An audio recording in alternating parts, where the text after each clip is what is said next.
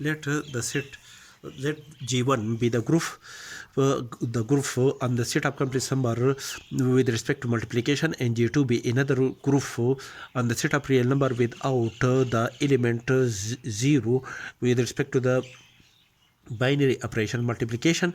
These are the two groups. F be a function defined from the group G1 and a group G2, defined as f of z is equal to z absolute for each z belong to the set of complex number. Then first we have to check that the function f from the group G1 and a group G2 is a homomorphism.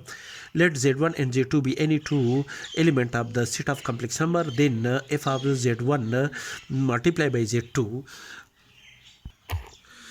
Z1 and Z2 be any two element of the group G1, then f of Z1 multiplied by Z2 is equal to Z1 multiplied by Z2 absolute according to the above condition. And Z1 multiplied by Z2 absolute is equal to Z1 absolute multiplied by Z2 absolute, which is also equal to f of Z1 multiplied by f of Z2. Therefore, f of Z1 multiplied by Z2 is equal to f of Z1 multiplied by f of Z2. Thus, the function f from the group G1 and a group G2 is a homomorphism. Next, to calculate the kernel K of the homomorphism f from the group G1 and a group G2.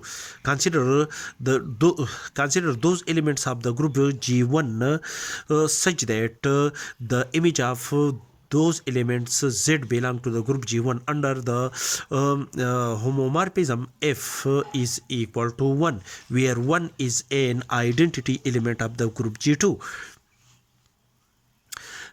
F of z according to the above condition, f of z is equal to z absolute is equal to 1.